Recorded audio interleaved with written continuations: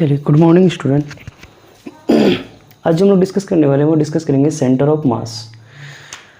तो centre of mass के लिए हम लोग position of centre of mass पहले डिस्कस किए थे। Position of centre of mass, सबसे पहले आज हम लोग जो डिस्कस करेंगे वो ये डिस्कस करेंगे कि सेंटर ऑफ मास का पोजीशन कैसे कैलकुलेट करते हैं। आज हम लोग सेंटर ऑफ मास कैलकुलेट करेंगे। सेंटर ऑफ मास कैलकुलेट करने के लिए आपको क्या करना होता है, कोऑर्डिनेट बनाना होता है। जिस तरह मैथमेटिक्स में कोऑर्डिनेट ज्योमेट्री आप पढ़े होंगे, कोऑर्डिनेट ज्योमेट्री से हम लोग क्या करते हैं, सेंटर ऑफ मास को कैलकुलेट करते हैं। फॉर एग्जांपल, अगर एक्स एक्सिस में सेंटर ऑफ मास निकालना है, कोई भी अगर बॉडी है, 2 डायमेंशनल बॉडी है, तो उसमें एक्स और वाई एक्सिस दोनों एक्सिस होगा। अगर आपको चाहिए कि नहीं एक्स एक्सिस के लिए सेंटर ऑफ मास निकालना है, तो आपको एक्स कोऑर्डिनेट को कंसिडर करना होगा और उससे आपको एक्स एक्सिस वाला सेंटर ऑफ मास मिलेगा। एक्स का पोजीशन कहाँ है सेंटर ऑफ मास में, मतलब जो सेंटर ऑफ मास है वो एक्स के लिए एक्स से कितना दूरी पर है या एक्स एक्सिस में कहाँ है। और दूसरा जो सेंटर ऑफ मास है वो वाई एक्सिस में कहाँ है, इसके लिए वाई का कोऑर्डिनेट आपको कैलकुलेट करना होगा। फॉर एग्जांपल, हम लोग लास्ट में एक फार्मूला देखे थे XCOM। इसका टू क्या था, M1 x1 plus M2 x2 upon M1 plus M2। ये जो XCOM है ये क्या है, सेंटर ऑफ मास किसके लिए है, एक्स एक्सिस के लिए। मतलब कि एक्स एक्सिस में सेंटर ऑफ मास का पोजीशन कहाँ है, ये है। और दूसरा वाई एक्सिस में सेंटर ऑफ मास का पोजीशन कहाँ है, इसके लिए फार्मूला होगा M1 y1 plus M2 y2 upon M1 plus M2। ये वाई एक्सिस में सेंटर ऑफ मास का पोजीशन कहाँ है, ये इसको रिप्रेजेंट करता है। ये एक्स एक्सिस में सेंटर ऑफ मास का पोजीशन कहाँ है, ये इसको रिप्रेजेंट करता है। ठीक, चलिए एक छोटा सा क्वेश्चन लेते हैं। फॉर एग्जांपल, मान लीजिए ये है आपका ओरिजिन, यहाँ आपके पास 2 मास है, एक मास है m, दूसरा मास है 2m। जो m मास का पोजीशन है ये वाई एक्सिस है और ये एक्स एक्सिस है। कहा गया कि दोनों मास जो एक सिस्टम में है, एक सिस्टम है जिसके अंदर m मास और 2m मास दिया हुआ है। ठीक है, अब वो सिस्टम का जो है सेंटर ऑफ मास कैलकुलेट करना है। तो इसके लिए क्या हिसाब किताब है, ये है कि इसका पहले आपको दिखाना होगा कोऑर्डिनेट। फॉर एग्जांपल, इसका कोऑर्डिनेट मान लीजिए 1,4 है और इसका कोऑर्डिनेट कितना है 2,2 है। अब आपको सेंटर ऑफ मास निकालना है। जो सेंटर ऑफ मास निकलेगा ये दोनों मास के लिए, वो क्या होगा, सेंटर ऑफ मास का भी XCM निकलेगा और YCM निकलेगा। तो सबसे पहले इसको क्या करते हैं, हम लोग इससे मिला देते हैं। अच्छा, ये बात ध्यान दीजिए कि सेंटर ऑफ मास जो है उसी तरफ ज़्यादा शिफ्ट करता है जिधर मास ज़्यादा होता है। और यहाँ मास है m, यहाँ मास है 2m, तो सेंटर ऑफ मास ये हो सकता है कि इधर कहीं होगा, 2m की तरफ होगा सेंटर ऑफ मास का पोजीशन। ठीक है, अब ध्यान से देखना है कि सेंटर ऑफ मास हम यहाँ कैलकुलेट कैसे करते हैं। सबसे पहले हम लोग को निकालना है, क्या निकालना है, XCOM। इसके लिए फार्मूला क्या अप्लाई करेंगे, फर्स्ट वाला फार्मूला क्या लगाएंगे, M1 x1 plus M2 x2 upon M1 plus M2, ये लगाएंगे। तो हम लोग क्या करते हैं, इसको बोल देते हैं M1 और इसको बोल देते हैं M2। तो यहाँ x1 कोऑर्डिनेट लेना है, तो आपको ध्यान देना है कि x1 कोऑर्डिनेट सबसे पहले लिखा जाता है, x वाला का कोऑर्डिनेट सबसे पहले लिखा जाता है और उसके बाद y लिखा जाता है। x वाला वैल्यू हमेशा जब भी आप कार्टेशियन सिस्टम पढ़ रहे हैं या कोऑर्डिनेट देख रहे हैं, आपको कोऑर्डिनेट दिया हुआ रहता है, तो x वाला का वैल्यू पहले रहता है और ये y वाला का पहले xy फिर xy। तो ये क्या होगा, इसको ये x1 होगा और ये x2 होगा। अब ऐसे मान लीजिए ये x1 x2 और ये जो वैल्यू है आपका y1 है और ये वैल्यू y2 है। इधर वाला वैल्यू y वाला, इधर वाला वैल्यू x वाला, तो इसको x1 मान लिया, इसको x2 मान लिया। अब वैल्यू रखिए, m1 का वैल्यू कितना है m, x1 का वैल्यू कितना है 1 प्लस m2 का वैल्यू कितना है, m2 का वैल्यू ये देखिए m2 का वैल्यू है 2m, x2 का वैल्यू कितना है, x2 का वैल्यू है 2 अपॉन m1 का वैल्यू कितना है m और m2 का वैल्यू है 2m। देखो तो कितना आ रहा है आंसर, m इंटू 1 तो m plus 2m into 2 2 into 2 4 हो जाएगा m अपॉन 2m और m कितना हो जाएगा 3m। देखिए 4m और m कितना हो जाएगा ये 5m, नीचे में है 3m, m से m गया कितना हो जाएगा 5/3, ये लगभग कितना होगा 1.67, इस टाइप से 1.67, ये क्या है XCM 1.67। यहाँ कितना है आपका, ये है 1 और ये है आपका, ये है 1 ये है 2, तो 1.67 कहीं 2 के आसपास हो, मतलब बीच में नहीं होगा, यहाँ होगा। देखिए हम बोले जो सेंटर ऑफ मास शिफ्ट करेगा वो जो है ज़्यादा मास वाले, यही है COM का पोजीशन। यहाँ ये x वाला आ गया 1.67। अब YCOM वाला वैल्यू चाहिए, तो YCOM कैसे निकालेंगे, फिर यही फार्मूला अप्लाई करेंगे YCOM निकालने के लिए। इसको पहले लिख लीजिए, फिर हम लोग निकालते हैं Y का सेंटर ऑफ मास। इसको लिख लिए, चलिए ये x वाला निकल गया। अब y वाला भी वैल्यू चाहिए। देखिए y वाला वैल्यू हम लोग कैसे निकालते हैं, YCOM चाहिए, very simple, YCOM equal to कैसे निकालेंगे, m1 का वैल्यू, m1 तो वही m है, और y1 का वैल्यू इस बार 4 है, प्लस m2 का वैल्यू 2m है, और y2 का वैल्यू कितना है 2, इक्वल टू m1 का वैल्यू m है और m2 का वैल्यू 2m है। तो YCOM कितना आ जाएगा 4m, 2m इंटू 2, तो यहाँ पे 4m, 2m और m 3m, 4 4 8m upon 3m, m से m कट जाएगा तो कितना है 8/3। इसको जब डिवाइड करेंगे कितना आएगा 2.6,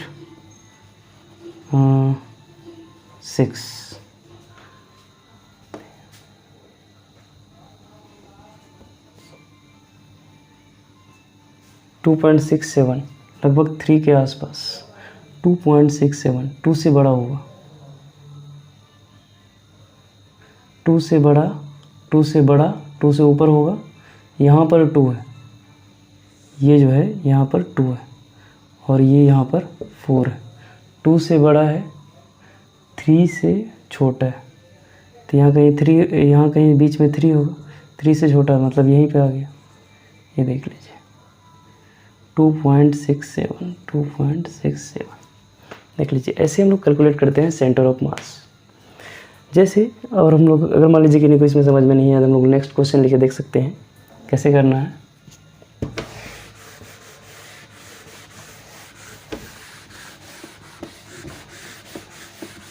जैसे देखिए फॉर एग्जांपल ये है, मान लीजिए अपने पास इस बार 2-3 मास ले लेते हैं। ये मास है m, ये मास है 2m और ये मास है 3m, ठीक है। तीनों का अलग अलग पोजीशन है। इसका कोऑर्डिनेट ले लेते हैं 1,5, इसका कोऑर्डिनेट ले लेते हैं 2,4, इसका कोऑर्डिनेट ले लेते हैं 3,3। सबका कोऑर्डिनेट आ गया है। अब आपको क्या चाहिए, क्योंकि तीनों एक सिस्टम में है तो तीनों मिलाकर कितना जो है, तीनों जो मास सिस्टम में है तो ये तीनों का सेंटर ऑफ मास कहाँ होगा। तीनों सिस्टम के अंदर है तो इसका सेंटर ऑफ मास कहाँ होगा, तो कहाँ शिफ्ट करेगा इसका सेंटर ऑफ मास। तीनों का कोऑर्डिनेट दिया हुआ, तीनों का मास दिया हुआ, कैसे कैलकुलेट करेंगे, बहुत सिंपल। सबसे पहले आप सबको ले लीजिए, इसको मानिए m1, इसको ले लीजिए m2, इसको ले लीजिए m3, ये काम कर दिए। उसके बाद कोऑर्डिनेट में लिखिए, फर्स्ट कोऑर्डिनेट को x1, जो शुरू वाला होता है वो x का वैल्यू होता है, इसको x2, इसको x3, इसको क्या मानेंगे y1, इसको क्या मानेंगे y2, इसको क्या मानेंगे y3, मान लिए। बस अब आपको लगाना है XCOM, m1 x1, m2 x2, m3 x3 upon 3 मास है इसीलिए 3 ठो ले लिए, 1 2 3, तीनों मास को ऐड कीजिए, M1 M2 M3।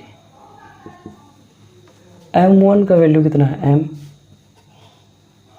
Into x1 का वैल्यू 1, M2 का वैल्यू कितना है 2M, और x2 का वैल्यू कितना है 2, x वाला वैल्यू ले रहे हैं। M3 का वैल्यू 3M, x3 का वैल्यू कितना है 3 अपॉन M1, M2 का वैल्यू कितना है 2M प्लस, और ये देखिए M3 का वैल्यू 3M, M2 ये M2 का वैल्यू, ये जो वैल्यू देख रहे हैं ये M2 का है और ये वैल्यू M1 है। M3 का वैल्यू कितना है 3M, M into 1 M, 2 into 2 4M, 3 into 3 9M, 3 2 1, 3 2 5 और 1 कितना हो जाएगा 6M। इसको ऐड कीजिए, 9 4 13 और 1 14 M अपॉन 6M, M से M गया, 2 से कटेगा, 2 से कटेगा कितना होगा 2 3 जा 6 और 2 7 जा 14, तो 7 अपॉन 3, तो 2 पॉइंट जब इसको डिवाइड करेंगे 2.34 आ जाएगा अप्रोक्स 2.34। ये किसका आया XCOM, ये X का सेंटर ऑफ मास आया, मतलब X कोऑर्डिनेट में जो सेंटर मास कहाँ शिफ्ट करेगा 2.34 में, 2.34 मतलब यहाँ 2 3 के बीच में, 2 3 के बीच में कहीं शिफ्ट करेगा। अब इसी तरह YCOM निकाल लेते हैं, YCOM इक्वल टू कैसे निकालेंगे, वेरी सिंपल, 3 मास है, तीनों के लिए फॉर्मूला लिख लेंगे, M1 Y1 M2 Y2 plus M3 Y3 upon M1 plus M2 plus M3। M1 का वैल्यू कितना है M, Y1 का वैल्यू देखिए, Y1 जो है इधर वाला होता है, लास्ट वाला, शुरू वाला X वाला, इधर वाला Y, तो शुरू में Y1 का वैल्यू है 5 प्लस M2 का वैल्यू है 2M और Y2 का वैल्यू कितना है 4 प्लस M3 का वैल्यू कितना है 3M और Y3 का वैल्यू कितना है 3 अपॉन तीनों मास को, M1 का वैल्यू कितना है M1, यहाँ देखिए M1 का वैल्यू M है प्लस, और दूसरी बात M2 का वैल्यू कितना है, M2 का वैल्यू जो है 2M है प्लस, और यहाँ M3 का वैल्यू कितना है 3M, M3 का वैल्यू आपका 3M।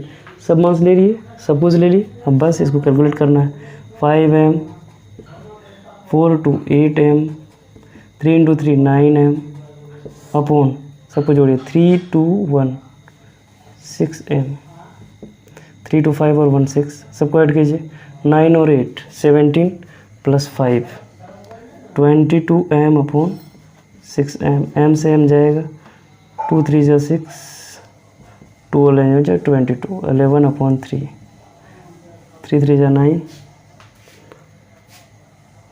.267 9.67 आ जाएगा ये YCOM। तो YCOM ये हो गया, XCOM इतना आ गया, YCOM इतना। तो सेंटर ऑफ मास क्या है, ये Y कोऑर्डिनेट में 3 से बड़ा है, 4 से छोटा है, ये 2 से बड़ा है, 3 से छोटा, 2 से बड़ा है, यहाँ पे है आपका 3 से छोटा है यहाँ कहीं, और ये 3 से बड़ा, 3 से बड़ा है, 4 से छोटा है, तो 3 ये है आपका 4 Y में, ये 4 है, 3 से बड़ा है, 4 से छोटा, तो इसको मिलाइए,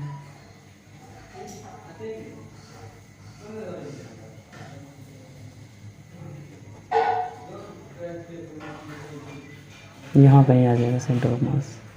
आपका कितना हो जाएगा ये सेंटर ऑफ मास 2.34 कोमा और ये 3.67, ये है सेंटर ऑफ मास।